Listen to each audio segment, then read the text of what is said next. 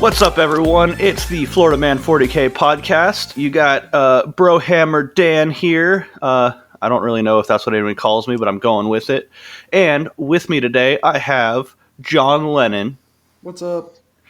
William Horse Girl Taylor. Hey. And Tim Ponitent Engine Penny. What's up? All right. I promised I wasn't going to do nicknames, but I did nicknames, so, you know. That happened. Anyways, we've got a show today for you, hopefully a good one.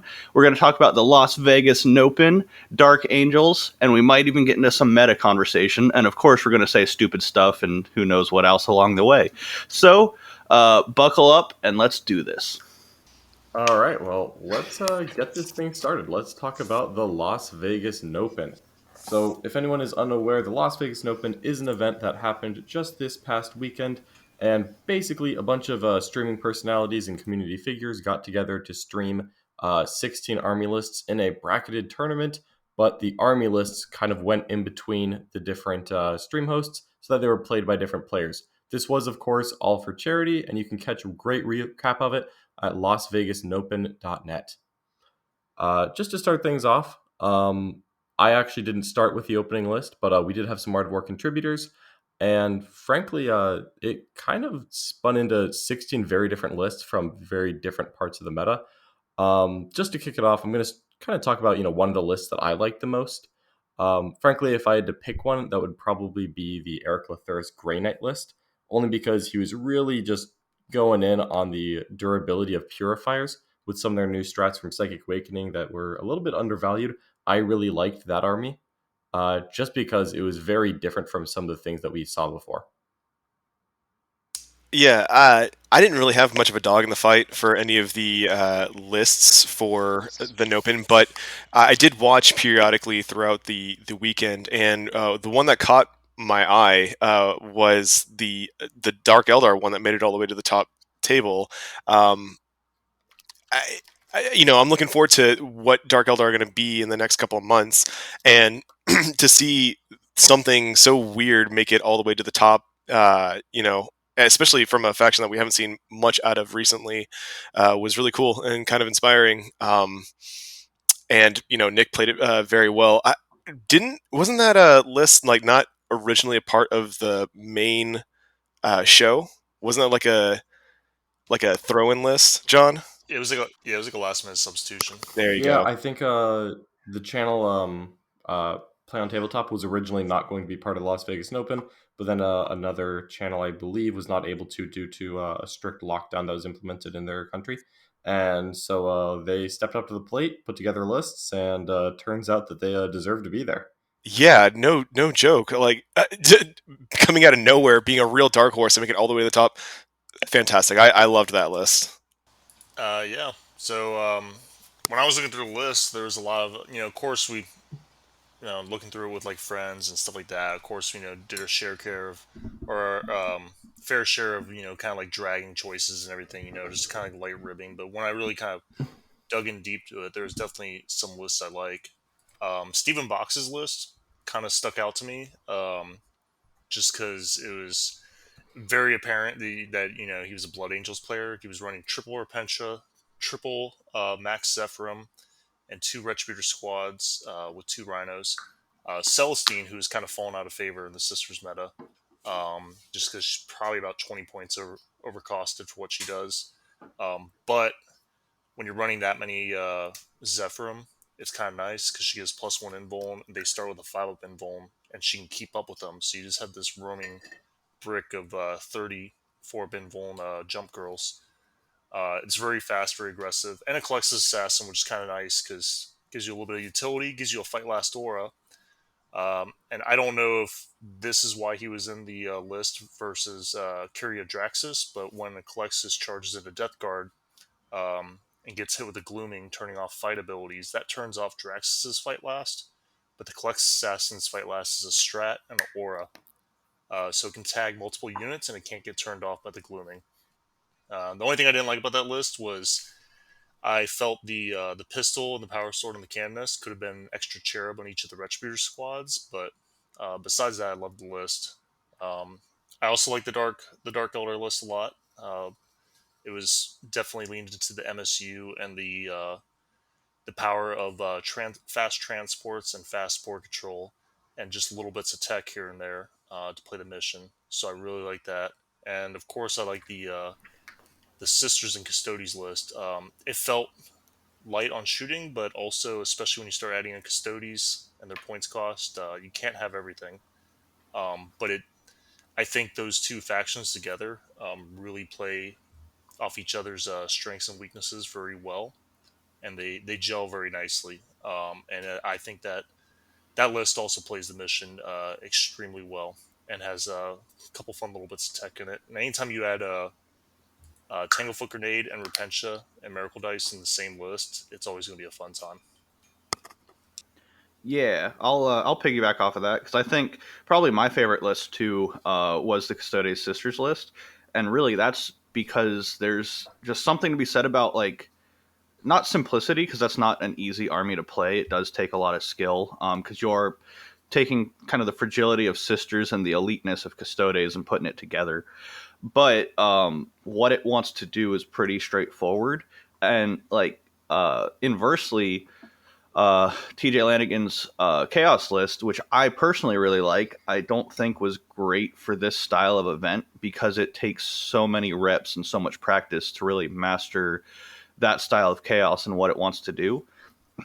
And with the format of the NOPEn, where like lists are getting handed around through all these different players, it creates a scenario where the more deliberate lists are going to just perform, and that is one of the things I really liked about the Custodes Sisters list, and it shows that really, if you have an idea and a strategy going into an event, you don't have to play the absolute best Marine army in the game or whatever the best XYZ is right now. The way the missions are structured, if you have a plan, you have a strategy to get your secondaries to stay on tempo on your primaries, and that can get you really far without all the little tricks and the little stuff. And you'll run into scenarios where you do hit someone like TJ with his chaos list, um, then he's very practiced with it. He has potential to outplay you, but some lists are going to be just more intuitive and easier to pick up and play with. And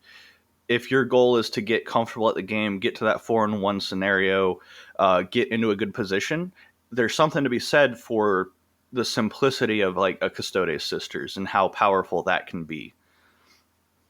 I think Dan actually only likes the list because it won, and that's all that Dan cares about. That's I was only gonna say kind of the same true. thing. I have a Custodes army and I want Sisters, and it's a cheaper way to get into Sisters. That's actually it. Yeah, we see It's through your lies. I All want right, I just want to throw Repentia at people. It sounds fun. It is super fun. It's Exactly. so much fun. yeah. Anytime you're coming into what is normally a big event like LVO, everyone always has their predictions about the meta, and obviously the Las Vegas Open is not LVO. That's why we put an N in it. And honestly, like the expectations maybe didn't meet what the meta ended up being, and a lot of that has to do with player skill, random pairings, the bracket system, all of that. But honestly, the biggest thing for me was that there was absolutely no Space Marines in the top four. Frankly, I think there was just like one Blood Angel in the top eight, and then it just got hit by Sisters, and that was kind of it. Not a lot of Space Marines at all, and not a good representation of them in this tournament. That was just one of the biggest things for me. Is like I continue to think Space Marines are like just the best army in the game because I genuinely do believe that. But then you run into things like this where at time and time again we see big events in Australia. There's no Space Marines that are really even like getting top three. There's no huge events being won by Space Marines right now. No, there's not that many events. Period. So, smaller sample size is real, but again, we see Space Marines not doing well. And that was kind of the biggest shattered expectation for me, was just, again, that the Marine lists immediately died out. Yeah, that was I mean, you could probably attribute that to Marine fatigue. I know I'm starting to get sick of fighting against Marines, and I have purposely not run a Marine list just because I'm sick of seeing them. Honestly, as far as you know, being surprised about what I saw in the NOPEn, once again, Dark Eldar just making it all the way top. That was a huge surprise to me. I was kind of taken aback by it. But also what Dan hit on earlier about like TJ Lanigan's list. I know that he's been talking a lot about it. I've seen a lot of people that tried to emulate it. Dan in general, trying to emulate it because it is good and has a lot of layers, but in the format where people are bouncing, the list from person to person. Some people aren't as in tune with the nuances of it, and so it doesn't progress. Same thing with the Keeper of Secrets list that Mark Perry played into Siegler's Necrons. I I've been hearing so much hype about this, Slanesh army and how baller, Keeper Secrets are, and to watch them kind of bounce off of the Silver Tide, kind of, caught me off guard. But I know that Siegler's a mechanical, monstrosity, and he can run the numbers in his head 1,000 times over and figure out the easiest way to get to a victory. So I guess maybe I shouldn't have been so surprised. But yeah, it was really cool to see not Marines be the final matchup of the NOPEn. Tim, what about you? Yeah, I'd echo that. I think lack of Marines is Marine fatigue. I personally, anecdotally, have a large Marine army that has been sitting on the shelf collecting dust since Las Vegas. I think I've maybe took it out like once or twice since then. But after Then I was kind of like, okay, I'm gonna take a break. I feel like a lot of people are the same way. Australia just had a G tier major, and just recently, between now and our last episode, and Marines did very well there. And I think there was a GT out in the Midwest. I think Orcs actually took it, but there was a lot of Marines and they're doing well, so you're starting to see them creep in. And I'm not convinced that if Marines had essentially been allowed to play in the Open, because all we saw was two Blood Angels, and we didn't really see any other flavors of Marines. We didn't There's an see Ultramarine. Salamanders. There is an Ultramarine. Was there an Ultramarine? Okay. There's one Salamander and one Ultramarine as well. Yeah, I am surprised those didn't go a little bit further. Again, I think White Scars not being in the Open was definitely kind of ignoring the gorilla in the room. But White Scars probably a little bit harder to play than Ultramarines and Salamanders. At least if you're going to get the full extent out of them. But I'm a little bit surprised because I think if there had been more Marines, typically last year you go to an event and it was anywhere from like 30 to 40% of the field was Marines. They're just generally a forgiving faction, and I think with this format event, I think forgiving lists are kind of the way forward. I was very surprised when I was listening to some of the podcasters and content creators when they were doing kind of post event debriefs. How many of them kind of talked about how they didn't really think about that? They're like, oh, it didn't really take into account the fact that if the list is more obvious in what it's trying to do, or it has less points of failure, or it has more redundancy, or reliability, it would tend to do a little bit better. And I agree with that. I think in this meta, having a list that's more forgiving and punishes you less for making a mistake probably beats out having top end like jank, tech, and power. And just needs to be forgiving. But no real subverted expectations, I guess, in performance, except for the Dark Elder list that came out of nowhere. So that was kind of cool. And I think we're going to be seeing a lot more Dark Elder here in the near future. Probably start seeing previews for them for our next episode. I am so Dan? excited. Yeah, so how did Harlequins do? I apologize, I wasn't following the NOPEn super close, but generally I expect Harlequins to just kind of float in the top echelons of any event, especially because like they have a very unique play style, but it's not really, there's not secret tech. Like Chaos has so many little nuances and interactions that you have to be a Chaos player to really play them at like upper level.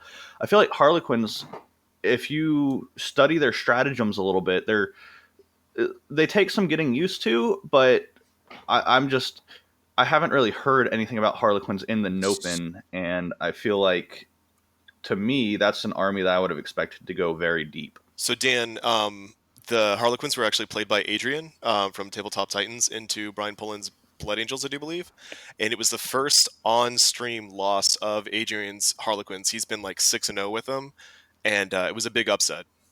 Okay, gotcha. Because to me, like Harlequins, you have to, similar to Death Guard now, but if you're writing a list and you don't have an answer for Harlequins, like you're not going to have a good time. So for Harlequins, especially to be a first round out like that, like heck, like I don't know, that to me would be my biggest surprise. Because I'm personally very high on Harlequins, even with the current kind of question about the FAQ with getting to advance in the psychic phase or not. Even assuming you don't get to do that, I still feel like they're a very solid, like close to A tier, not quite like A plus top tier army anymore, but they're still like a very good A tier level army. And so for them to just not make any kind of a splash at all, even if it is a big upset in the first round, it's still, that to me would be the biggest one, especially with Dark Eldar getting as deep as they did. Like I feel like Harlequins just do what Dark Eldar want to do, but better. They do it better, but a lot more expensive. And frankly, with the FAQ they were using at the time that had the points changes, I think the points difference was too much because with how cheap Dark Eldar got in that FAQ, it really made them very, very strong. Now they've already corrected that FAQ with a different FAQ that brought the Reaver jet bikes and God help them, the Hellions back up in points. Hopefully, we will see some changes there when we actually have the codex in hand, sometime soon, whenever that is. Mm-hmm. Yeah, that is true with the Reavers when they were 10 points, and then your the racks were the big racks. one, I think. Thank you. I don't know why that just completely left my mind, but yeah, Reavers and racks. Yeah, correct. They're with that points question. Yeah, I understand why Dark Eldar made it as deep as they did. All right on. I know that you kind of already talked about it, like the the conversation of like a player skill versus like actual power of the list. I thought that was like it was a very interesting point. I've already talked about it a couple times where we saw like very specific lists like Richard Seeker's Necrons, TJ Lanigan's Chaos Demons that have had very good results from the player, but then immediately lost the second they left the player's hands. For me, I don't think it's as much a question of player skill as it is about the reps with the list, where like those lists went to good players. Like they weren't just handed to a rando at a local gaming store who was putting together his first Ultramarine. Like these all went to good players. Like Mikey at oh god, Hellstorm, I think is a very good player who went into Tank's Sisters and Custodies in that round too, and he was playing the Necrons. I think reps has to be like, this is the whole point. This is like the best learning experience for reps with the list matters a lot. So for anyone who like really likes to switch an army every month, always changes lists, wonders why they haven't found the list yet, I think this really shows how important reps with the list is. Because like even when you give the list to good players, if they have no reps with an army, they're just not going to do as well. Right, that makes sense. My question for you is because I only watched like a couple of episodes over the course of the weekend. But did you do any practice for the NOPEn with any of the lists that were available, or did you just kind of like, all right, this is what it does, let me just do it? I spent a lot of time reading the rules for some of the lists that I thought were going to make it far. Like I was going really deep into the Sisters Custodies because they specifically looked like they were going to win their round 3 game very early, and then that meant that they were coming to us. And between me and Nick, I knew Custodies the best by far. So it was kind of like very quickly decided, okay, if this holds still, then I'm going to be the one playing the Custodies, and Nick will get the other list because he knows both Dark Eldar and Sisters. So I did actually talk to Tank before the game. So I didn't get any practice games in with the list, but I did talk to Tank and kind of talk to him about what he liked to do with the army. And frankly, that conversation was actually very helpful because it changed how I was going to play it. I'm traditionally very conservative, and I probably would have been conservative with the Shield Guard. And I was talking to Tank, and he's like, "Yeah, I actually just take while we stand, we fight on the 2 shield guard, and then I throw them directly into my opponent's face anyway." And I'm like, "Well, that's the stupidest thing I've ever heard." And I'm like, "All right, well, let's try it." Because like when you say that out loud, that sounds really dumb. Right But on. then like I did it, and I got to admit, it did work. So it could not have been that dumb. No. No. So I like it because it immediately pulls pressure away from the other elements of that It list. does. It pulls pressure from everything else. It's like, this is the immediate threat. This is where the points are. Like, I have to deal with this. But then also, it is by far the most durable element of the list. And that is a very unfortunate scenario to find yourself in when you're trying to deal with all of the bullshit that this army has. Especially because it doesn't, like, shield guard don't really do much damage. Like, they just go exist somewhere. So Yeah, but they do it while being obsecond. It's a wonderful yeah, gift. absolutely. But it's like, as the opposing player, I've got to kill these dudes to deny you 10 points, but it's not going to deny you any of your offensive firepower, and I'm not going to do it quickly. So it puts your opponent into that kind of no-win scenario of, I don't want to do this, but I have to do this. And anytime you put your opponent in a scenario where they have to do something, like, you're dictating tempo, and you have a very good chance of winning that game. Yeah, yeah, I agree with that. That was for the most part that was listening to Tank's interview. That was the one part of the list that I think was a little bit, kind of like, oh, that's not how I expected to play it, but it totally makes sense. I do kind of wonder, like, as an aside, like how that list would do into Death Guard, who can be a little spicy in melee and can sprinkle in mortal wounds here and there, and make things a little bit sporty for the Custodes. But And yeah, generally, I think the of course, I mean, if you go into online, of course, immediately, I think a bunch of people miss the point and are immediately trying to like draw major takeaways from what lists made it through and everything for an event that doesn't even really reflect what's being played out there. If events were happening, what you would typically see in the field and what would make it through.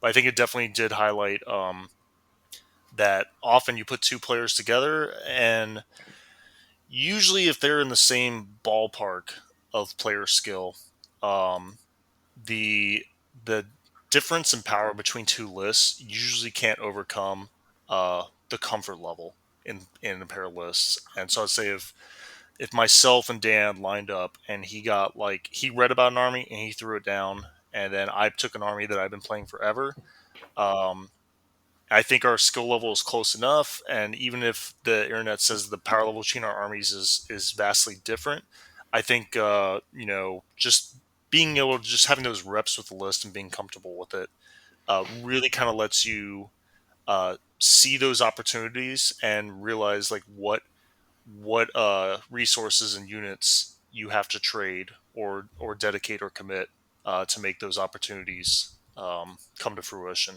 And I really think that's kind of what this event highlighted. yeah, I'd agree 100% on that.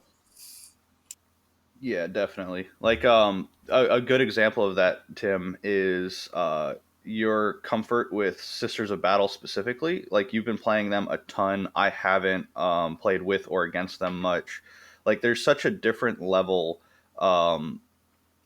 where, unless I was playing like one of my Chaos armies that I've just played for years and know what they do, even if I haven't played like the current iteration, if I'm not playing that Chaos list, like, I'm pretty much coming to that table saying I'm probably going to lose because I don't have the knowledge for this matchup. So all I can do is the strategy of my list. I can't really plan for the strategy of your list. And so, like, if I have any army I don't know, I just know that game's done. Yeah. And I did kind of want to highlight something that Tim was talking about, like the global meta versus local meta. Frankly, I think that right now there isn't a global meta, just that there isn't. With even though there's usually a cross pollination of ideas through the internet, when you look at the events that are actually happening, so much of it is restricted. Like we saw Matt Morrisoli was taking his like a very chaos soupy list with 20 chaos space marine terminators in it, some really good stuff. And like one of the questions is like, oh, how does this deal with plasma scepters? And the very simple answer is that Plasmid Scepters have been out of stock in Australia for like 5 months. Yep. And they're just not there. And because I'm not even shitting you, and this is just pants shittingly depressing. If you look at 10 Chaos Space Marine Terminators, and you have 3 Plasmid Scepters next to a Captain Lieutenant, 3 Plasmid Scepters will average kill the entire squad. Yep. 3 Plasmid Scepters is what it takes to average 10 dead Terminators.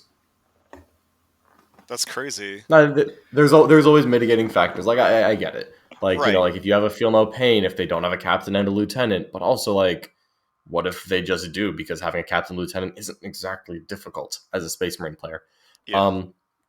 But like for his meta, like that's perfect.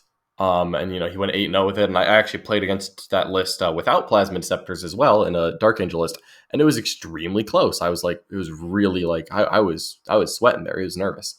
There's all kinds of things going down there. And again, you see like these lists kind of transported from their little metas, like their little pockets, and like all summoned into the same battlefield, which I thought was very interesting. One of the more notable lists that was hyped up in the beginning was the 60 possessed list that I think Liam Hackett was running, and frankly, that's terrifying. First of all, but also it just happened to run into Grey Knights on round 2, and it's like, oh, surprise! Here's Grey Knights and you're possessed, and man. Yeah. I think he made it quite close, but that was Yeah. still a great victory for the Grey Knights. Yeah, every smite is 2 dead possessed. Yeah. And because they're Chaos Space Marines, you cannot use the demon stratagem to come back. So it is the worst of both worlds. Oh yeah, That's pretty all wild. the downsides of being the demon right there. Yeah. Yeah, I mean, I know that kind of, I live in a bubble. I only really concern myself about Florida meta and then, America's meta, because I don't plan on getting out of the country anytime soon. So I don't really look at, anything that comes out of, the UK or Australia. I know that Australia's meta is like vastly different, and like wild stuff comes out of there. Wasn't there like a 300 gaunt list that won a GT there once? Like that's unheard of here, and it is really interesting to see like how supply shortages will make people play certain things and do well with them. What I can't. I'm sorry to keep going back to the Dark Elder list, but where did that come from? Who created that one? Was that somewhere in America, or was that over the seas? That was neither. It was in Canada. Oh, it was Neither overseas Canada. nor in America. Okay, right on. So I mean, like, yeah, it's pretty weird that something just so Yeah, it was bizarre. JT McDowell. Gotcha. So bizarre, Mhm. like Oh, yeah. makes it all the way down to the top table. Yeah, man, it's pretty wild. From what I saw from the whole NOPEn was just you can put a lot of thought into a list, and you can get a lot of practice with it, but the moment it leaves hands, the next person might not be able to do the same thing. Maybe it should discourage people from running net lists, just copying uh, other players, and just kind of maybe do something on their own, and how weird things come out of what might be weird to us is common for somebody in Australia. But yeah, the NOPEn was really interesting. Yeah, and another thing, real fast about the net lists, and I'll use this to transition to our next topic, is if you do plan on taking someone's ideas that you really like online, and you do plan on taking that net list to an event, practice with it. Like at the end of the day, like you can't just say, "Oh, this army looks cool." Like the new Dark Angels, they're really strong. I'll just build them, take them to a GT, and I'm going to win it. Like no, you still have to practice. You have to understand what that army does, how it stays on tempo on the primary, how it denies your opponent primaries. Like you can take the strongest list in the world, and if you just YOLO to an event, it's not going to work out. But if you study it, if you play it, if you figure out matchups, even if you can't play every single matchup, because you probably don't live in a trap house with 3 other dudes and own every single army in the game, if you're not in that scenario and you can't play against every single army, you can still kind of theory craft and study and see what those armies' net lists are. So as you're preparing, you at least have an idea and a plan when you're going into this event. And to help with that, we will talk about some Dark Angels here shortly. So, did y'all have any closing thoughts before we move on to Dark Angels? Just yeah, pretty much echo what you guys are saying. The global meta versus the NOPEn meta, and just kind of again retouching on repetition with the list being the strongest thing. I think right now the 40k community generally is pretty good at identifying what's good.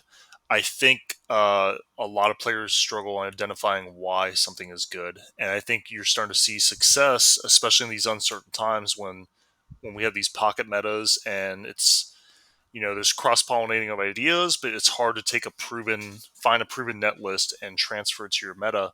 I think people that are good at identifying why something is good and identifying what's doing well in their local meta, those are the people that are finding success, because that level of critical thinking also tends to bleed into other aspects of the competitive game. But that was it, mostly echoing what you guys thought. Let us move into the Dark Angels. I know the current internet overreaction is that the Dark Angels are the best army in the game. 2 weeks after saying Death Guard was the best army in the game and Mortarion's broken and all this stuff, everyone's already forgotten about Mortarion. They're talking about Dark Angels and them being busted. So just to do a quick overview before we dive in, for people who are living under a rock, Dark Angels in their new codex essentially, if you take a Vanguard Terminators and similar, so your Deathwing, all your Deathwing Terminator style stuff, there's like 12 different types, gain OBSEC. I say all, command squads don't. But anyways, a bunch of OBSEC Terminators with Azrael, with Talon Masters, permanent transhuman, potential for -1 damage, potential for being resurrected, blah, blah, blah. Really durable Terminator block with command squads to protect characters.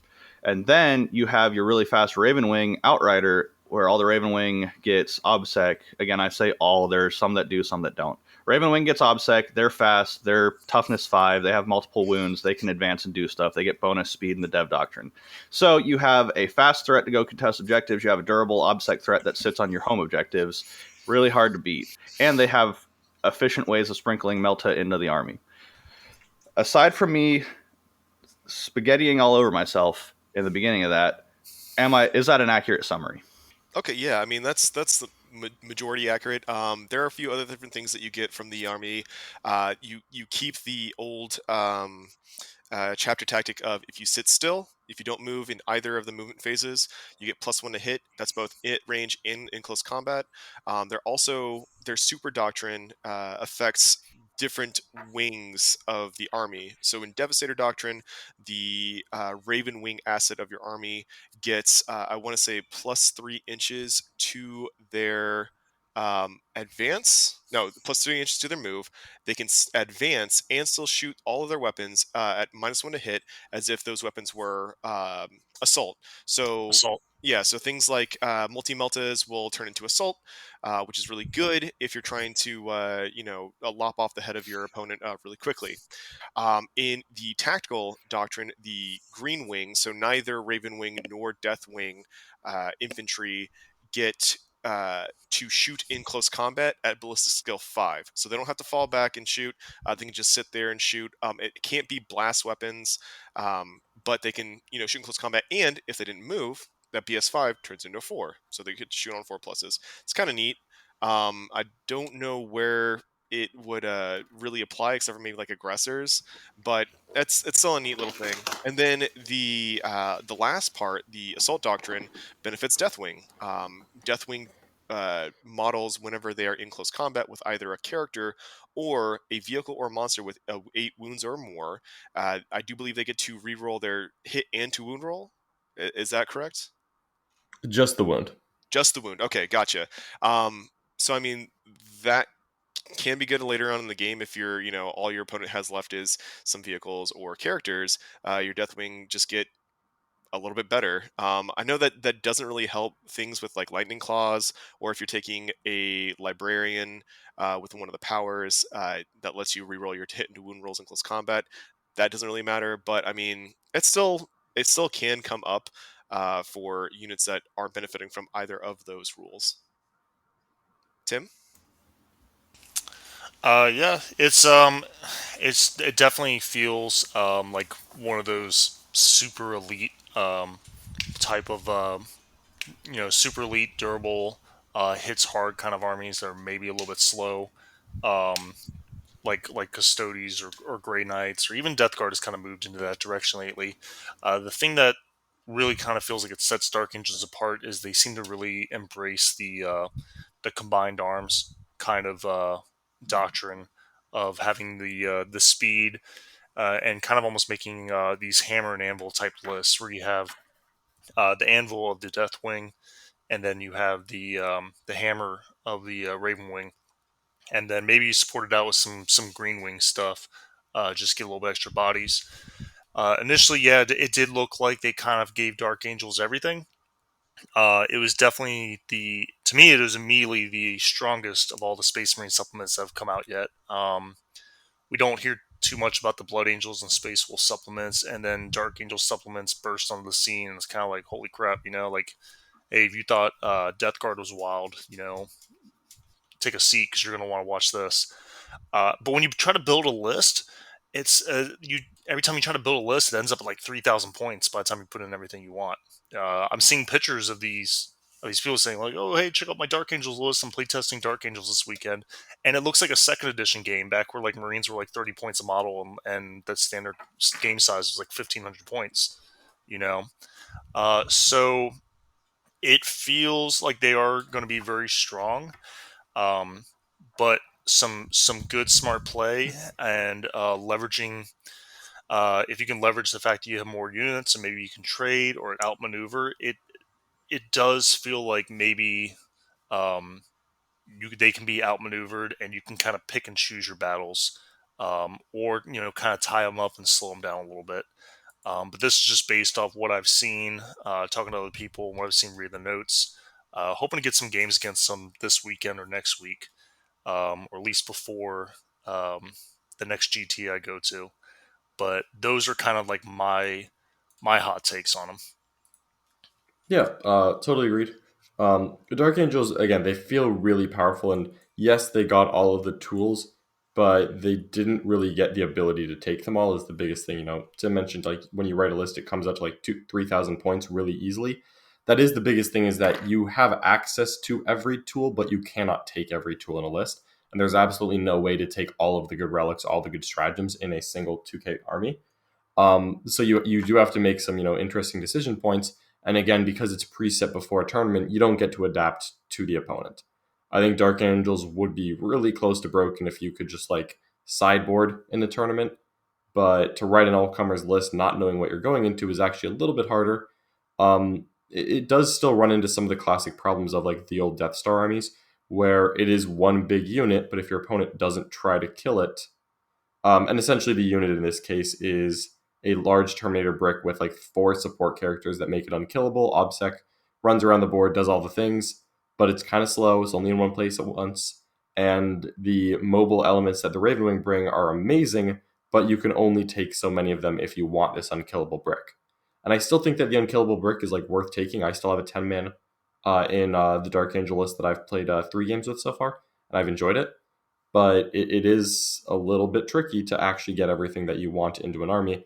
And as an opponent, I think that if you can remove the mobile elements quickly, and that's what you always do against Death Guard and like against Dark Angels and against all of these Death Star lists, is find their mission playing elements and remove them as quickly as possible, and then just try to ignore the big brick that you're never going to kill while trying to mitigate how many points it actually gets to score.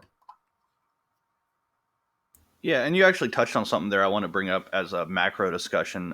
We won't go too deep into it right now, but recognizing what your opponent is going to use to score missions and secondaries and primaries, that is more important than recognizing anything else. So, like Death Guard, you see the 10-man Terminator squad, 2 5-man Death Shrouds, you see Plagueburst Crawlers, you see all this stuff on the table.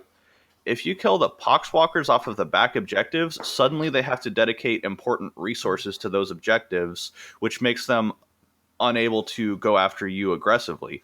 Similarly, if you have this hyper efficient Death or Dark Angels army with a 10-man block, you got a couple command squads, some bikes, and all that. The bikes want to go forward to grab objectives. They don't really want to go back. So if you can manipulate either with mobility, hopping onto back objectives, or you can kill the two Terminator command squads. If you can identify what they're using to keep tempo and eliminate that item, then you're knocking an army from, like, you think they're all turned up to 11 and everything. Suddenly you take out the cheap objective holding stuff. Now they're dedicating real resources to hold objectives, and you're swinging that tempo in your favor pretty fast. And inversely, that's what makes like Sisters of Battle so strong, because they have like, they're just MSU. They can dedicate, if they dedicate a 100-point unit to an objective, it's not a big deal. If that gets killed, they just dedicate a different one.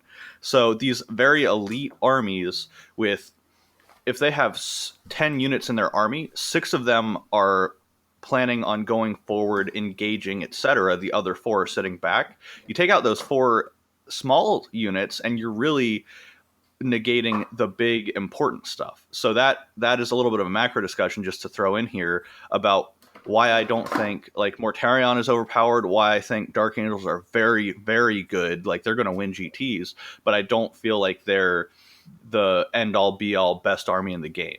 I think that if you're building the list to be hyper durable or very quickly, you're going to be looking into doing one of the 2 or both of the special detachments that give your Raving Wing bikes, your Outrider bikes, or your Deathwing and normal Terminators objective secured.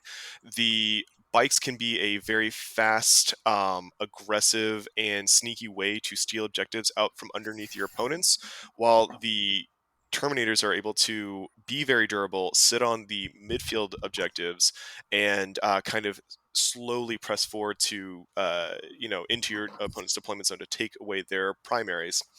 As far as secondaries go, I think they do really well with a lot of them. While We Stand with Fight is fantastic on a big brick of Terminators. You can do them, a 5-man brick of Terminators, and Azrael, and then you can pay a command point to do Secret Agenda and keep that hidden from your opponent. And at the end of the game, maybe score all 15 because your opponent really wasn't focusing on them because they didn't realize that those were priorities. One other secondary that I really like and also goes into a combo is I really like Dark Angel Infiltrators. Using them on back objectives for missions that have at least one objective in your deployment zone, and then picking Stubborn Defiance, the Dark Angel specific secondary. What that does is in your first command phase, you pick an objective, and then you pick an OBSEC unit that's on that objective, and you gain points for as long as that unit is on that objective. And why I like Infiltrators is they have the 12-inch no-go zone, so they can't be threatened from deep strike. They have access to smoke grenade strat, so reactive -1 to hit, and they're Primaris, so they have access to transhuman. So you can make it really difficult for your opponent to move that unit off that objective and get an easy 15 points there as well. Tim, what about you? Yeah, I feel the same way. I feel like a huge part of the strength that honestly has me more concerned than the actual crunch in the book is how they're going to play the mission. Again, I think they really kind of encourage the list design that I think is good to go the distance in Ninth Edition, which is kind of a combined arms balanced type of ability where you identify your playstyle and you build a balanced list that kind of supports that, rather than taking a kind of like a skew list and contorting your playstyle to fit it. Their secondaries feel really good.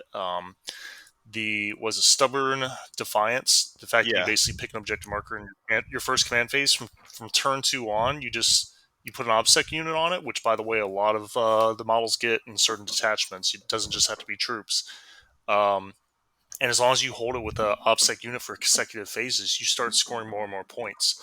I think what we're going to see a lot of is we're going to see a lot of Ravenwing plus Deathwing armies with a brick of Deathwing Knights or Terminators, and then a bunch of speed to like Ravenwing stuff to apply pressure on the opponent until the Deathwing Knights or Terminators can close, and then I think you're going to see a lot of these lists taking Stubborn Defiance, Oath of Moment, and then using the Secret Agenda for the third objective, either a mission one or a kill secondary or something like that, because it's not revealed until you do an action or score a point.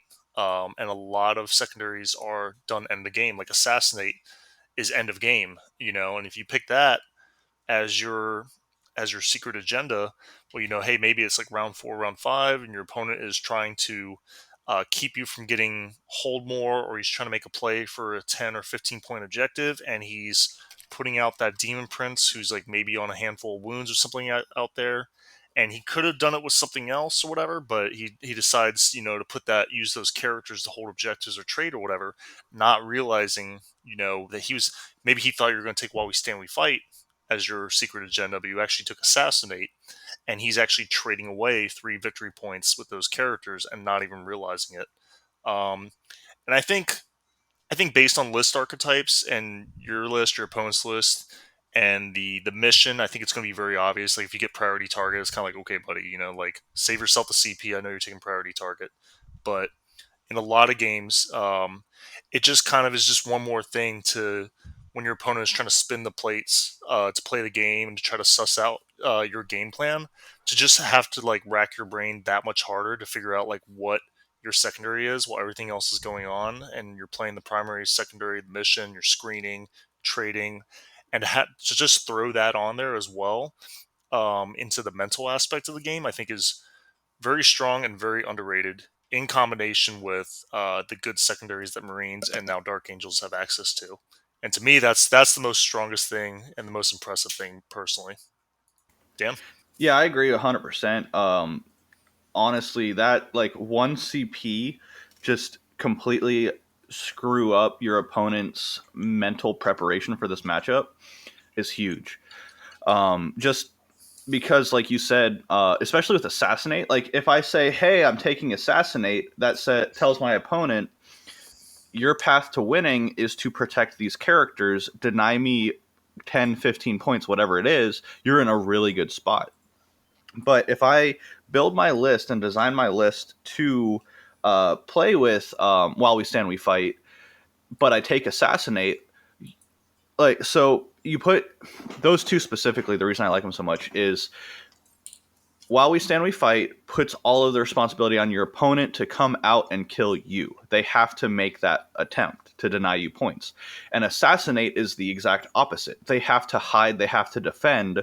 So you're putting them in a scenario of I could have taken this or that, and now they're blind picking. Like you got a something in your hand, you're hiding behind your back, they have to pick one, and there's a 50% chance they just pick wrong, and their entire game strategy is backwards to what it should have been. And that change in how you play the game, so many people just aren't going to be prepared for. They're not going to know. They're not going to fully recognize what you're doing, and that getting to a situation where you have perfect information and your opponent doesn't is huge for this game. And that's like why going second is so strong in a lot of situations, especially with the changes they made. You have perfect information to know exactly how many points you need to score to win this game. Well, now, even if they're going second, they don't know what that secondary is. They don't have that perfect information. They might get a 15-point turn 5 primary and lose because they gave up X, or they, instead of going after and killing Azrael, they thought you had assassinate, so they didn't go after Azrael to get the while we stand we fight points lowered. And it creates this whole scenario where it's just advantage Dark Angels player. And you could have while we stand we fight on Azrael and put him in the wide open, make him a juicy target that's hard to kill, takes a lot of dedication, and your opponent might say he wouldn't do that if he has while we stand we fight, so clearly he has assassinate. And you can feed them incorrect information, make them assume incorrectly, and now it's just another scenario for advantage you. So just competitively, that is a huge swing. So that's kind of my thoughts, especially on the secondary game. Primary, you play it kind of how you play most other armies primaries, with obviously there's nuance to every list, but you have fast obsec to go grab stuff from your opponent. You've got psychic powers to strip obsec away from your opponent.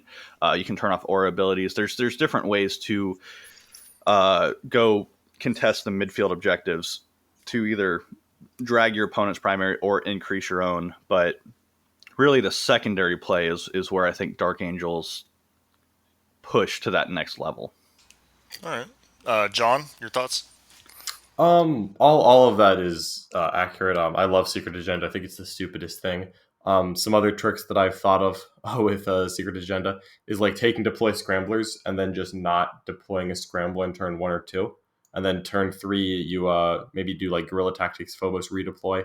Just throw a Phobos unit into your opponent's deployment zone, grab their one first, and then you have 2 turns to get the 2 easy ones, or see if they leave open a hole for 2 Terminators to deep strike. Because Love that. if they're planning on an assassinate and then you just don't deploy a scrambler turn 1, because you don't have to, they won't really catch on, and you might be able to get them off guards. I think some of them are going to be obvious. Like, frankly, I think While We Stand We Fight is so easy with Dark Angels that it's not even worth hiding.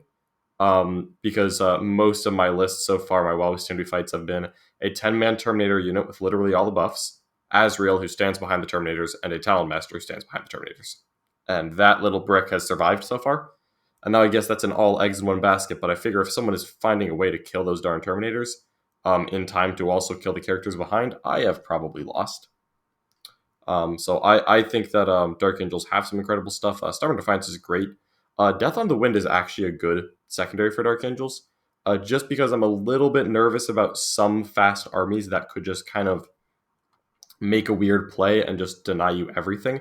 Like, if you just mess up and like a Tyrannid player just triple moves a Hormigant squad and outnumbers something on your home base objective, on turn 3, well, you're literally never holding it for 3 consecutive turns. So you're getting at most 4 points on Stubborn Defiance. So I think that's a great secondary that I'm going to take a lot, but also it's one that I need to really look at. Is this one I'm going to take in this game? Like, I don't think you can just automatically take it or you will suffer. Yeah, it was kind of nice, kind of a nice segue into some combinations there as well. Not necessarily gameplay combinations, but scoring combinations. I really like that idea of secret agenda scramblers, and then just getting the hardest scrambler out of the way, and then all of a sudden your opponent has to kind of. I was about to say panic. I was about to say panic, but yeah, scramble is the best way. He has to scramble and be like, "Oh, grab!" and like start immediately hunting down. Like, where's my opponent's infantry? Like, what do I have this in range kill his infantry? Like, where is he going to get his next couple scramblers? And trying to figure that out, possibly on the top of turn 4 or bottom of turn 3. Like that's can kind of like make it a foregone conclusion. Dan, I think you and John are probably the most well versed on Dark Angels. I have some notes, but I'll go ahead and defer to you. Do you want to talk about any combos that really stand out to you? Favorite combos, frankly, are just the Doctrine manipulation that Dark Angels have. So Space Marines have a 2 CP, pick a unit, and it counts as all 3 Doctrines at once. Dark Angels have a Warlord trait, pick a unit, and it goes back 1 track on the Doctrine train. So essentially, if you're in Tactical Doctrine, pick a unit within 6 of the Warlord, and it counts as Devastator. If you're in Assault, pick a unit, it counts as Tactical, etc. I really like that a lot because for the first 3 turns, if you stick Tactical as long as possible, you can have a Talon Master near your Warlord, and this is Azrael's Warlord trait, by the way, just stay in Dev Doctrine. And you have a 1 CP stratagem where a unit within 6 inches of your Warlord can be any Doctrine. So if you just got Azrael as your Warlord, you just have 2 Talon Masters next to him, and you spend 2 command points, 1 on turn 2, 1 on turn 3. Both Talon Masters are in Dev Doctrine for turns 1, 2, and 3.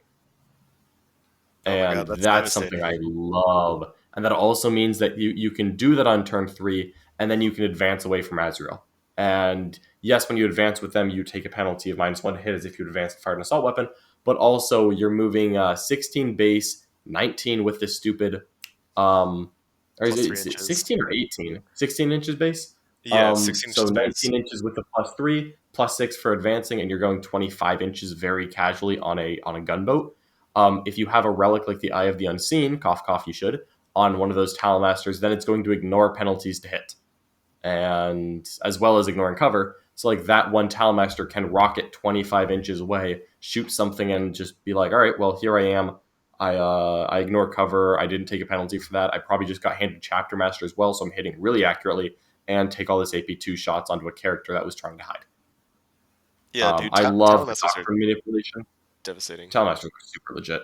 Yeah. The doctrine manipulation is my favorite part because these doctrines are all very situationally useful, and you're not at all guaranteed to get that situation in the turn you want it. Like my Deathwing had a Keeper of Secrets in combat with them on literally turn one, and I was like, well, I don't want to wait 2 turns to reroll my wounds. That's a CP. Likewise, late game is where you want to make some of those aggressive plays with Ravenwing. Just 1 CP, have a Warlord trait handy, and you're off to the races, plus 3 inches advancing and shooting. And just a bonus, you get the 4 pinball against shooting with that way. Some good stuff. Dan, you good?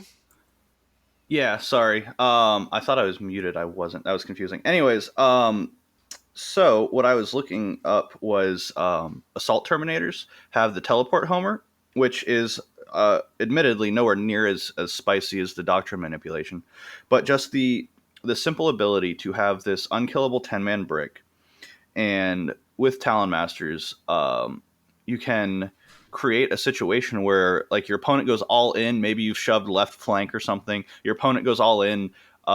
They know you're slow. You can't really get out. Maybe they even tag you with fiends or whatever. You just like teleport Homer, pull that 10-man Terminator squad, move advance your Talon Masters to the other flank. Like Azrael might be in a bad position if you do this, but you can literally just shift the entire board state once per game, basically, just by taking assault terminators instead of normal terminators, and they're the same points and everything. Yeah, go ahead. I'm sorry. I was just going to say, getting surprise mobility in a non-mobile army is, even if it's limited, because you either have to go to your deployment zone or go within 3 inches of a character. Like, there's serious limitations to it, but just saying, great, you came over here, you dedicated resources here, and now I'm going to the open clear spot on the table. Like, that's just a good tempo change. Yeah. For me, the big thing is that I just don't want my opponent to be able to, just see my big Terminator brick and be like, I'm just going to be 28 inches away, and now it's going to take you 5 turns to get me. It's not literally 5 turns, but just literally run away from me. If someone tries to do that, I want to be able to pick up on turn 3 and just come back down turn 4, and then still have a turn to adjust and hit objectives at the end.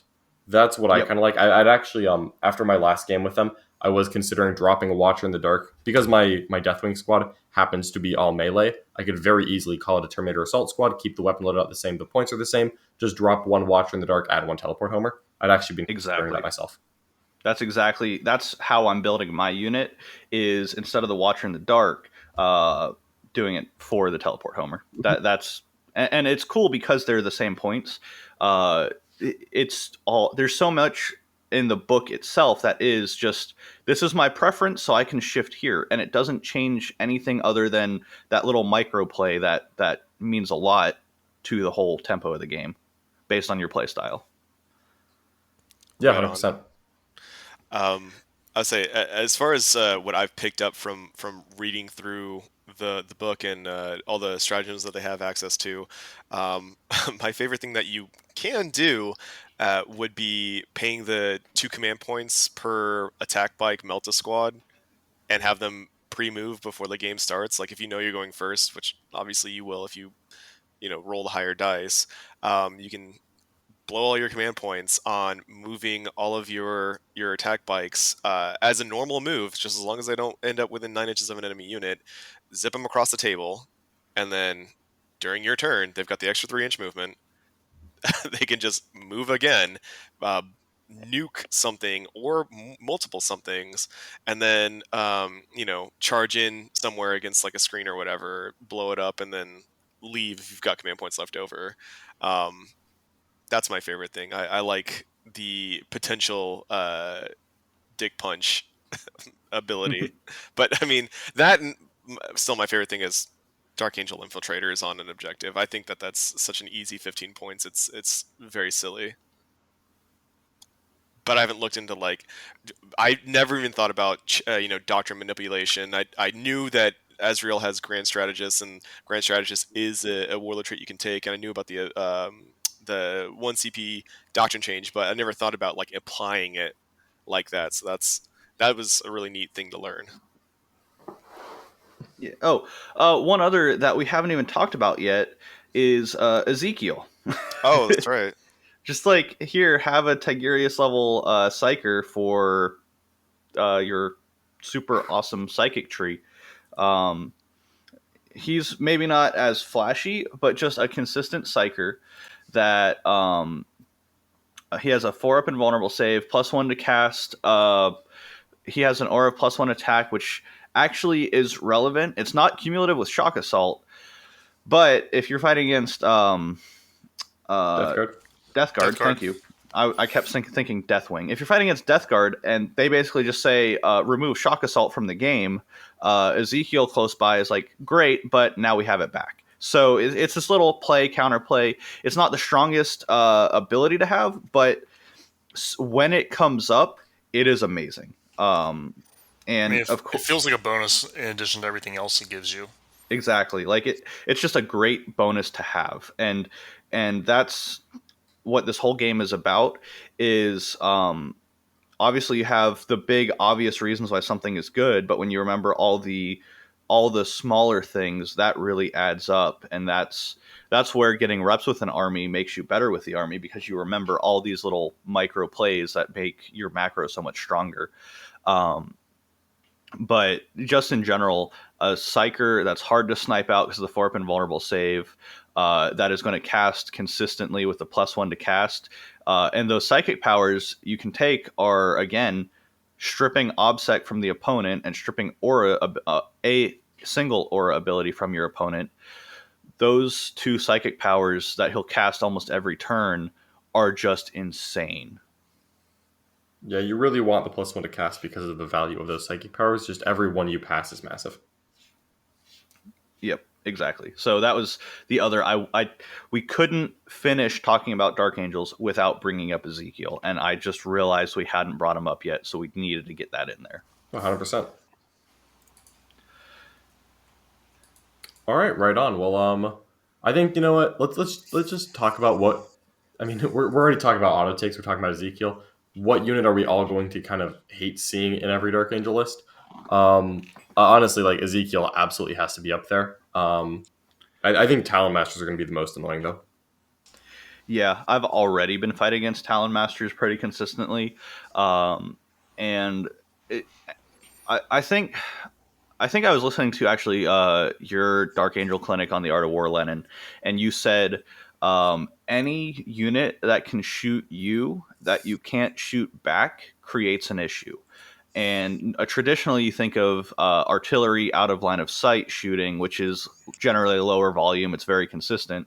But Talon Masters are fast. They're all over the board. They have a good volume of quality shots. They're hyper efficient, and they're so hard to attack back. Like, there's just, if you go to a 6-round event with Dark Angels, you might have those Talon Masters for 4 or 5, maybe all 6 of those rounds for all 5 turns of every single game. Like, it's incredibly difficult to respond to that unit, especially with the command squads and their command ability protecting you from snipers. Like, it's so hard to respond, and that much consistent firepower all game is just, it sucks to fight against, but it's going to be awesome to use. Yeah, it's the best way to put it. I've had the new Dark Angel Codex. Or I'm sorry, I've played the new Dark Angel Codex 3 times so far, and so far the Talon Masters have just shot 30 times. 2 Talon Masters, 5 games, 15 turns. They've shot 30 times. Nice and simple. They're just alive and they're shooting every single turn. Mm. I am genuinely not looking forward to fighting against the brick, the Terminator brick. You know, with all the things that you can stack on it. I mean, permanent transhuman, storm shields with dude standing in cover with the 0-up save. Um, if you take the pennant on the chapter ancient, you know, you can give them -1 damage. So now all of a sudden they're, you know, Death Guard Terminators. Now it's just it's silly. I don't know much in the game that can just, you know, take that off the table. I'm currently looking into ways to up my guard list in order to combat this new, you know, foe. But yeah, I you're not think wrong. Old Grudges is back. Old Grudges is back. In fact, I know that me and you talked about a little bit of Scion tech, but I'm looking back into using Scions, having one give up the Warlord trait for the Ace, and then paying for Old Grudges again. I think Old Grudges is really good, but that's neither here nor there. Um, But yeah, you're right. Talon Masters suck too. I hate Talon Masters. They they shoot out so many bullets. They're super accurate. The one relic where you can you ignore modifiers and can Overwatch on twos is hilarious. Uh, Dark Angels is going to be a real thorn in my side. That's for sure. What about you, Tim? I mean, I hate to sound like a broken record here, but yeah, the Talon Master. Although I believe with the Corvus Oculus going away and the doctrine changing, they can't shoot at 36 inches anymore. And they also cannot ignore cover anymore because they can't. Now they have to pick a core unit. I don't think they can choose themselves to ignore cover. So I guess like small condolences. I guess I think a Talon Master with two company vets behind a wall is going to be a combo that like every person is just going to kind of like groan and roll their eyes at when they see, because you will see it. Um, a lot of the besides that and Ezekiel, those are the two obvious ones. I'm kind of worried about a lot of the Ravenwing stuff, and I'm gonna say something controversial. I think this is actually a pretty decent vessel for the ATVs that have been much maligned. Just when you make the comparison to Outriders, regular bikes, or attack bikes, everyone looks at the ATVs. Are kind of like, oh, what is this stupid thing? I think honestly, you just take them with a stock loadout. 85 points for 8 wounds is not bad, and they can just honestly just be everywhere and just be really annoying and just play bumper cars and kind of dictate space and screen and touch stuff. And you can just make them really, really, really obnoxiously hard to kill. You know, -1 to hit, transhuman, 4 up invuln, 6 up feel no pain. A squad of like 3 of those running around. That's like what 24 wounds for 85 points apiece. Um, that feels like it could be something that could be really annoying. Another thing is Blade Guard vets. I know everyone's talking about Deathwing Knights and Terminators. These guys don't have OBSEC, but I mean, getting free transhuman, getting access to full rerolls, and then was it the line unbreakable, that thing where basically the only front rank can fight? If you move in, you base that front rank, and then you pop a line unbreakable. Um, even it's going to really hurt big squads, like big squads of Repentia and Orcs and everything. But even smaller squads, if you base that front rank, they're not going to be able to really pile in, so the second rank can get in as well. And just having basically the inbuilt transhuman and the inbuilt 4 up invuln, and then the full rerolls. It really sounds like they're going to be a good unit as well. You might see pop up because they are still, in my opinion, really priced to move and just an absolute bargain. So yeah, Talon Master is the obvious choice, but I think Ravenwing ATVs and Deathwing Blade Guard vets might actually be kind of like dark horse units that we see pop up, and maybe even Plasma Redemptors too. I think Plasma Redemptors uh, might be a pretty good unit. John? Okay, right on. That's I think that's all the thoughts we had. I mean, I already said I think Tal Masters are going to be the most frustrating thing to play against. And everything else I think that we have already covered. So, before we close this one out, let's just head into the dojo a little bit. Let's just talk about kind of what we've been playing since the last time we recorded. I think all of us have gotten at least some games in. Tim, you want to lead us off? Sure. I did a small socially distanced RTT. I think we had like 10 or 12 people um, at a local game store about 3 minutes from my house. Um, and even though as much as I love Sisters, I kind of had, I just finished painting up my Ares, the big dumb flyer bomber. And I kind of had like a dumb idea, and I wanted to take advantage of the fact that the banners for Custodes were 95 points. They've gone up now, so the list is now no longer possible. But I kind of wanted to troll a little bit and just kind of have an easygoing day. And then Rob from Sister Act Podcast actually promised me a bottle of bourbon if I went 1-2, because I was expecting to go 0-3. I actually went 2-1, and I lost the third game by 3 points after putting up a 33-point turn 5. So it was a nail biter. It was a single spearhead with a bike captain with the CP regen trait, the feel no pain trait, and the relic jet bike. The -1 to hit banner with a storm shield. 3 Telemons, all with double fists, an Ares bomber, and an Orion gunship. It was a 7 model list, and throughout the whole day, I think I lost the Ares and Orion game 1, and I lost to Telemon in game 3, and those were the only. Oh, I lost the bike captain. Sorry, I lost the bike captain turn 3, not a Telemon, and those are the only 3 models I lost the entire event. So took a troll list like the Mortifier list and accidentally ended up doing well with it. So I don't think that list by itself is something I'd want to explore further, but I think there's definitely something there with the basis of it, and maybe with a splash of Scions or some swordboard dudes, I could see something go on. But a quick run through is game 1. We were doing call outs. So game 1, I called out Mark Parker because he was running 3 orc kill tanks, I think like 10 smash guns, and 2 war bosses on bikes with the warlord traits, relics, everything, just missiles, some commandos, and some grots. And I won the roll off, and the Ares immediately headshot a kill tank, and then the Orion picked up some smash guns, which by the way do not do well into -1 to hit T8 at all. But I cleared those out, and the Telemons immediately moved into the central L. And then he did some shooting back, and I think he was able to put the Orion down to a handful of wounds. The next turn, Ryan killed another kill tank. The Telemons kind of moved out to the objectives. He dropped down a Super Dread, who I tangle-footed, and then he spent the CP for an extra dice charge, tied up the banner captain, the banner boy. Telemon came back, killed the, put the Dread down to 2 wounds, and he tried to fall back.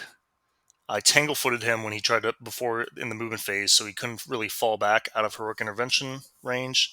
The Telemon heroically intervened into the Dread again, killed it, and at that point, the other 2 Telemons, the planes had died, but the other 2 Telemons were in his backfield, and they were just picking up, like 2 to 3 smash guns a turn between shooting and melee, and then that game pretty much ended. Brutal. Turn 2, I played against Silver Tide without Silent King, so that was interesting. Yeah, Necron Warriors are really durable and really annoying to kill. But I was able to table him 4 turns, and pretty much once between the -1 strength strat, heroically intervening just so I can get as many activations out of the Telemons as I could, and quickly shooting the little bit of anti-tank he had. I think he had the giant walker thing with the Doomsday Cannon on it. He had a Doomsday Arc, and then he actually left his characters unscreened. So the Ares came over, bombed a bunch of his characters, and then picked up 2 Technomancers, were the ones that give him the invuln. And that was kind of like the real turning point. Is the Ares came over and basically picked up his 2 Chronomancers picked up the 2 Chronomancers, and I killed his anti-tank, and at that point I just kept popping -1 strength, so the Warriors couldn't really do any chip damage, and at that point it was just clean up. It was just making sure that I did it quick enough where he couldn't outscore me, because he was definitely trying to play the mission. Turn 3, I played against our own, round 3, I played against our own Reggie Sanchez. He identified his win condition pretty early on, which is pretty much to pin me in my deployment zone, not let me move out. And he basically fed his entire army to me. I think at the end he had like a handful, like 4 or 5 priests left, and then like a squad of troops, a character or 2, and then like a disintegrator. And I'd only lost the bike captain. But I basically broke out a turn too late, sacrificed my bike captain early on a play that didn't really plan out, and it was a risky play anyhow. And basically I lost my ability to flip objectives, because it was vital intelligence, I think. So every time he grabbed an objective, it stayed under his control until I moved on to it. The thing was, I was playing such an elite army that I could never really spare any unit to go over there and reflip those objectives back to me, even though I was regaining board control. If the bike captain had been alive, I would have been able to do that, and I think that's what it would have taken for me to go 3-0. But yeah, it was a lot. It was a lot of fun. Double fist telemons are certainly real, and if you're in a vehicle heavy meta, the Ares is certainly real. Although I don't like having 450 points tied to one unit. But it was a good time. John, what about you? I guess recap the LVO NOPEn or any practice games you've had. Yeah, so I obviously had the LVO Open match. Unfortunately, that was the closest thing to a tournament. Was walking into the master bedroom where we stream, and other than that, that was the game with Sisters and Custodies. I've kind of been playing just like random games with a bunch of different armies.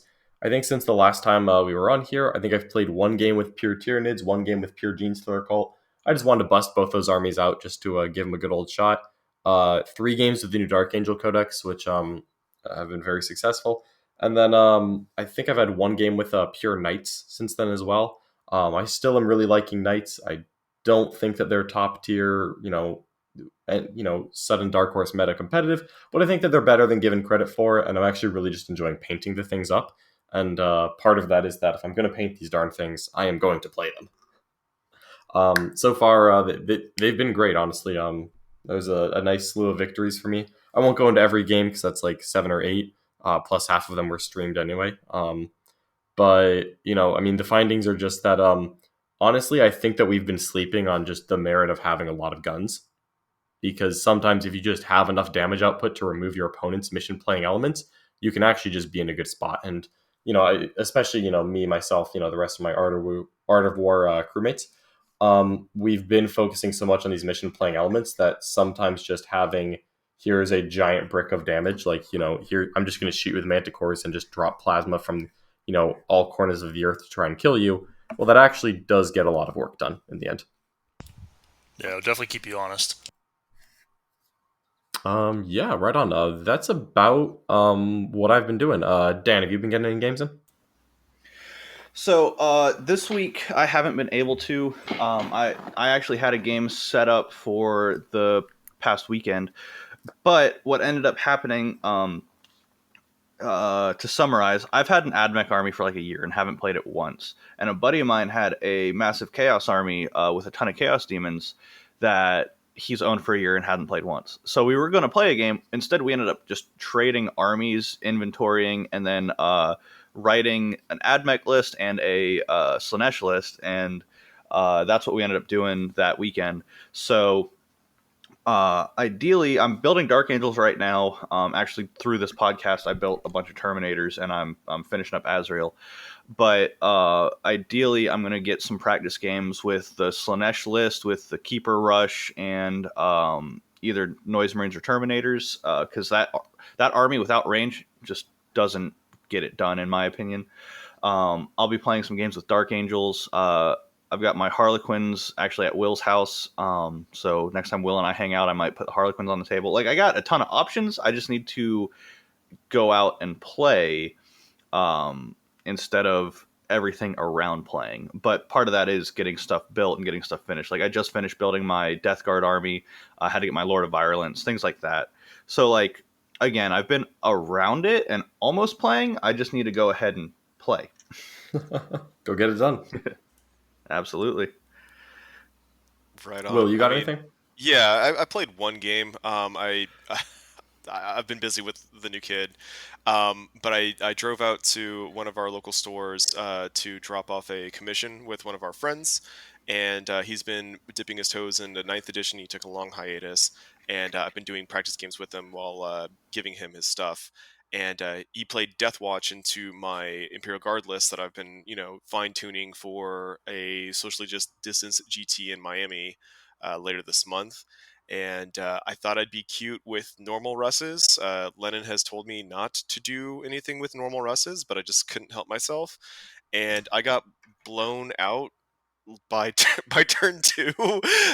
He killed all of my OBSEC infantry, and killed a Lehman Russ right off the bat with plasma rifles of all things. And then my turn 2, I did nothing. I wasn't able to hit anything, or I was rolling ones on my damage rolls. It was really depressing. And then his turn 2, he deep struck a bunch of Eradicators and killed the last bit of my Lehman Russes, tagged a Manticore, which rarely happens. And I just could not do anything on my return fire, and I ended up calling it.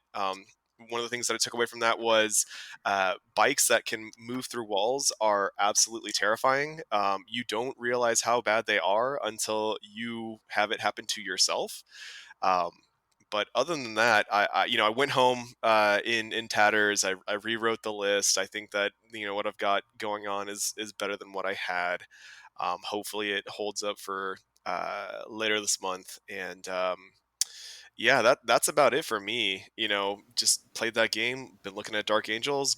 Really hoping that GW says on Sunday that Dark Eldar are the next thing to come up, and so I can get into those juicy details. But that's it for me. All right, right on. Well, I think that's everything we had for this episode then. If you have made it all the way through our ramblings, thank you so much for coming and hanging out with us. I hope you enjoyed this, and as always, like, subscribe, whatever platform you're listening to this on, give it a like. And that's all for this week. So we'll be back in another 2 weeks, probably to talk about some games we've played, further thoughts on how the meta is developing. Maybe we'll get some more games in by then, maybe even an RTT if COVID willing. And perhaps if Will has been a good boy this year, we will even talk about the new Dark Eldar Codex. I'm so hoping. Bye, everyone. See y'all. Bye, guys.